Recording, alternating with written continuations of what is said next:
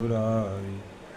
हे नाथ नारायण वासुदेवा, हे नाथ नारायण वासुदेवा, हे नाथ नारायण वासुदेवा। बोलो सुखदेव जी महाराज की जय, परीक्षित महाराज की जय। मेरे विष्णु, एक आत्मदेव नाम के ब्राह्मण रहते थे तुंगभद्रा नदी के किनारे। उनके कोई संतान नहीं थी। जो गाय पालते थे तो गाय बंध्या हो जाती थी। वृक्ष पेड़ लगाते थे, उस पर फल नहीं आता था। बड़ा संकोच हुआ, बड़ा दुख हुआ। बोले, मैंने कौन से जन्म में इतने बड़े पाप किए, मैंने इस जन्म में तो कोई पाप नहीं किया, मुझे क्या करना चाहिए। ऐसे जीवन से तो मर जाना व्यर्थ, मर जाना ही अच्छा। एक दिन सोच समझ करके वे गंगा के किनारे पर डूबने की इच्छा से चल पड़े। वहाँ जब एक जगह पे बैठ गए, बैठ करके उन्होंने सोचा कि सोच ही रहे थे, इतनी देर में एक सन्यासी महात्मा आ गए। सन्यासी महात्मा बोले, पंडित जी आप सोच कैसे कर रहे हैं, आप निराश जैसे मालूम पड़ते हैं। उनकी मेरे कोई संतान नहीं, इसलिए मैं आज डूबने के लिए यहाँ आया हूँ। अगर आपके पास कोई उपाय हो तो आप बतलाइए।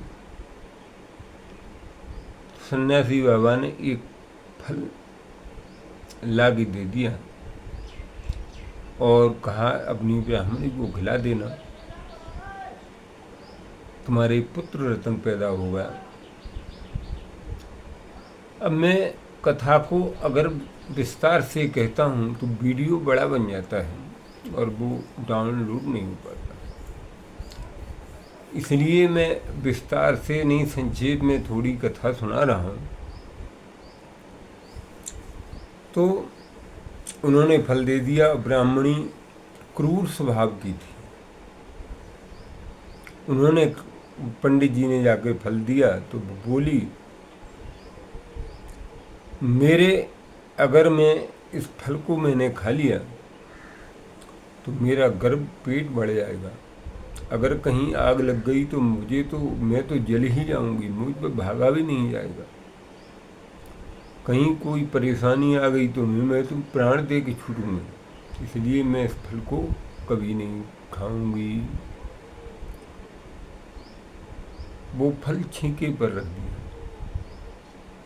अब उनकी बहन पास के ही गांव में थी, वो आई।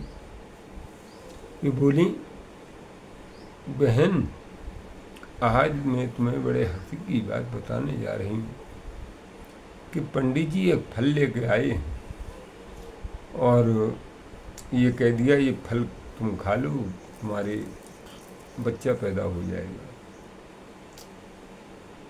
तो उनने कहीं फलते होते तो हमने कितने फल खाए हैं।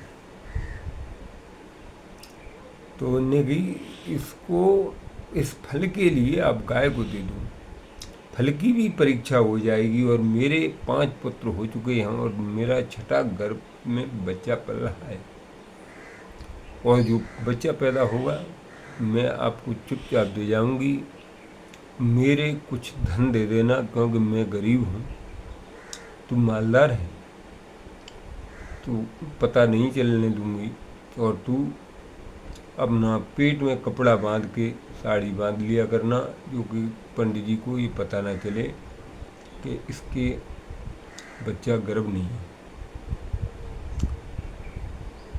8-9 महीने बीते, उसके गाय के पुत्र पैदा हुआ और उसकी बहन के धुंधली की बहन के पुत्र पैदा हुआ। तो सबसे पहले गाय के पैदा हुआ तो गाय, पंडित जी बड़े खुश हुए, बड़ा दान दिया, ब्राह्मणों को खूब दान किया, कथा हवन तमाम भजन कीर्तन करने वाले लोग आ गए। दोनों के नामकरण संस्कार कराए गए।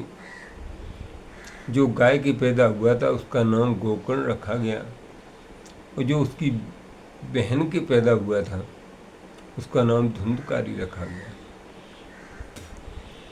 अब जब बच्चा पैदा हुआ, नामकरण संस्कार हुआ, जन्म कुंडली बनाई गई, तो धुंधकारी की जन्म कुंडली बड़ी जैसी थी जैसे धुंधली यानी धुंध मचाने वाली, झगड़ा अच्छा लगने वाली, उसके ओम नमो नारायण, ओम नमो नारायण।